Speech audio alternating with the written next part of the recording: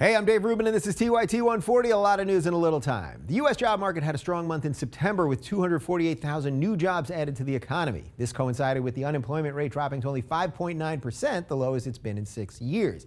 This is good news for the White House, of course, as well as congressional Democrats who are up for re-election in November. Good news for Republicans? Well, one of their guys did get a cushy job on Wall Street. Violence erupted in Hong Kong yesterday after a week-long demonstration by pro-democracy protesters.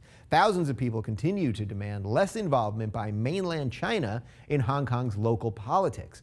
While violence in the protests has been sparse, there is fear that due to the sheer number of protesters, things could turn more violent. Frankly, I don't know why China is focusing on Hong Kong when they could focus on that other bigger country they own. Despite an urgent call from President Obama and others for swift action to contain the Ebola outbreak, progress on the ground in West Africa proceeds at a snail's pace.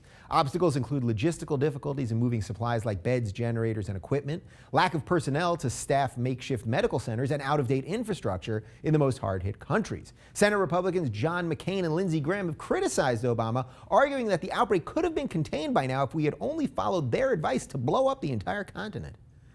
A federal appeals court Thursday allowed Texas to immediately begin enforcing tough new abortion restrictions that will effectively close all but 8 abortion facilities in the state. Women in parts of Texas will now need to travel as far as 300 miles to reach the nearest abortion facility. These new restrictions on women's health care, combined with the arrival of Ebola, a massive drought, and a corrupt, incompetent leader, have led many to suggest changing the state's slogan from "Don't mess with Texas" to "Texas, America's Africa."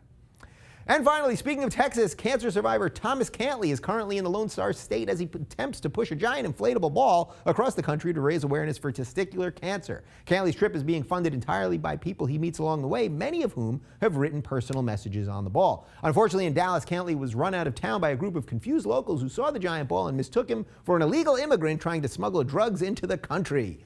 I'm Dave Rubin. Starting next week, TYT140 will be moving to its own channel, so be sure to subscribe.